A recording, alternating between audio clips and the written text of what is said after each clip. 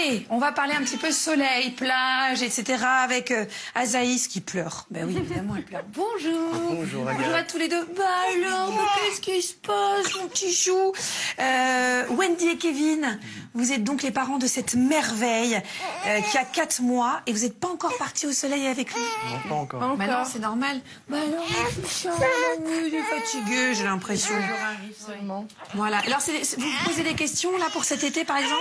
Oui, exactement. Vous partez en vacances? Alors, on va partir en week-end, vu qu'il y a les ponts qui arrivent, donc on va aller en Normandie. Bah oui. Et on aimerait savoir qu'est-ce qu'on peut lui mettre pour le protéger. Surtout qu'il est comme les miens, là, il est plutôt blond que très brun. Alors, à partir de quel âge est-ce qu'on met un bébé au soleil, Laurence? On va le rappeler. Voilà, tout à l'heure, on met pas un bébé au soleil. Voilà. Surtout la première année, il faut vraiment pas qu'il soit au soleil. Et puis après, il faut le protéger. Alors même donc cette première année-là, s'il doit sortir, s'il sort par exemple en poussette, eh bien on va mettre une ombrelle sur la poussette pour qu'il soit toujours à l'ombre. Oui, alors ça c'est très important. Plutôt une ombrelle que de mettre un lange qui bloquerait en fait le passage de l'air. Il faut qu'au contraire les bébés puissent respirer. Il vaut mieux qu'ils soient à l'ombre et que l'air passe. Quand on voit les landaux où on met les langes comme ça devant, c'est pas une bonne idée. C'est pas une bonne idée parce que les bébés étouffent. Mais ça on ne sait pas forcément. Est-ce qu'on lui met des vêtements même quand il fait chaud? Alors même quand il fait chaud, on met des vêtements et on met des vêtements qui protègent vraiment complètement le corps en entier. Alors là, par exemple, j'ai Simone, à qui on a mis un maillot de bain. Elle est moins belle qu'Azaïs, quand même. Bah oui, elle est moins belle, mais bon, on lui a mis un maillot de bain anti-UV. Donc, et l'important, c'est d'avoir des vêtements soit en coton, soit en lin, en fait, très légers s'il fait très chaud, mais qui couvrent bien tout. Un chapeau, là, tout à l'heure, on avait mis ce petit bonhomme, un chapeau à large bord. Et là, pareil pour Simone, à large bord, parce qu'il faut vraiment protéger la tête en entier, le cou, les oreilles, que ce soit bien protégé. C'est pour ça que les casquettes, ça protège devant, mais ça protège pas le cou et ça protège pas les oreilles. Ça, c'est important de dire. On n'y pense pas, donc Bon, il y a un âge quand même où il les enlève aussi. Hein, les lunettes, alors les lunettes, c'est très bien, oui. C'est tant qu'ils les gardent, on essaye. Les lunettes aussi pour les enfants. Protection en général 4, c'est la protection la plus haute contre les rayons du soleil. Donc je sais pas s'il va accepter. Il est un peu... Normalement, ils aiment bien, mais plus grand. Coucou. Il est classe, là. Il est classe. Il est on va essayer le chapeau, du coup. Hein. Il faut qu'il soit le plus beau possible. Ben voilà. Quel cadeau. Voilà. Totalement protégé. Alors, est-ce qu'on met de la crème solaire? Si oui, à partir de quel âge? En quelle quantité? Ou quand dès le départ, il doit vraiment avoir des parties de peau qui restent au soleil, il va falloir mettre de la crème solaire. Donc, il va falloir prendre de la crème solaire protection 50+, spécial nourrisson. On vérifie, c'est mieux si c'est de la crème bio ou en tout cas qui ne contient pas trop de produits chimiques ou de produits, pas de parfum, pas de choses comme ça. Et que ce soit plutôt des filtres minéraux plutôt que des filtres chimiques. Moi, ce que je conseille, c'est d'avoir des crèmes solaires teintées parce que quand on la met sur le bébé, on voit exactement où on la met.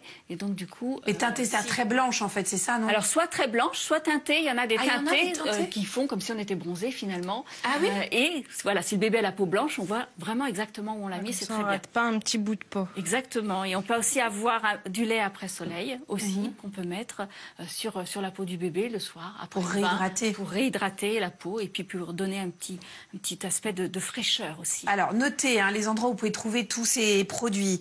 C'est chez Qui est là. K-I-E-L-A. Qui est là? Maillot parasol, Demetz Opale, ça c'est pour les lunettes et les vêtements. Et en pharmacie et parapharmacie pour les crèmes protectrices. Alors là, vous avez sélectionné Laurence, Mustela, Aderma, Acorel et Bio Regena. C'est ça, Bio Regena. Ok. J'imagine qu'il y a d'autres choses à faire, c'est-à-dire qu'il faut l'hydrater aussi à l'intérieur. Lui donner à boire, ça, on va lutter contre la déshydratation. Tu veux oui, la déshydratation, je l'ennuie peut-être là. Et le coup de chaleur.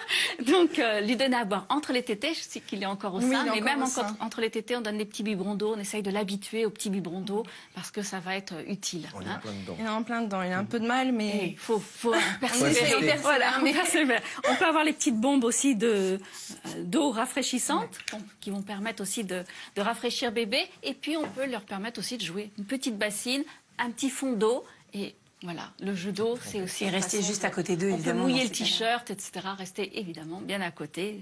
Pas de masque, pas de tuba, non, tout ça. Non, pas encore. On ne peut pas encore faire du snorkeling. Ça viendra, ça va venir très vite. Bon, 6 mois, vous pouvez commencer à lui mettre le masque et le tuba. Voilà. Évidemment, je plaisante. Comment Bon, en tout cas, on retiendra, à mon avis, longtemps cette petite bouille adorable d'Azaïs avec son chapeau et ses lunettes. Et ce chapeau-là, enfin, moi d'expérience, celui-là est mieux parce qu'il a la petite... Voilà, alors je l'ai mis derrière là pour pas le gêner, mais sinon il y a de quoi le tenir. Oui. Voilà, il l'enlève moins facilement. Il l'enlève un petit peu moins facilement. Bon, merci. On ne veut pas l'étrangler avec non plus. Non, bah surtout pas. Non, mais ça, à mon avis, les parents vont se débrouiller. Voilà. Merci en tout cas à tous les deux d'être venus, à tous les trois. Que j'allais t'oublier, mon chaton. Bah, c'est pas possible, c'est toi le plus important en plus. Merci Laurence. Marie, vous connaissez évidemment toutes ces consignes. Vous avez 4 enfants, donc une immense progéniture. Et puis vous faites beaucoup de randonnées aussi. Donc c'est sûr que quand on est nu, on doit se protéger du soleil. Tout à fait. Vraiment, vraiment bien soindre de crème solaire et descendre prendre un petit pique-nique avec moi, Agathe. Jean-Pierre vous attend. Ah bah j'arrive, bah voilà. Je sors des Simone, qu'elle profite Simone, également. Hein, bah oui. J'ai du mal à la toucher à cause de son physique. J'aurais préféré Azaïs, mais qu'est-ce que vous voulez Bien hein. caché, là, Voilà, on a les bébés qu'on mérite. Hein. Allez, à tout de suite. Tout de suite, mon chou, à tout de suite. Ciao.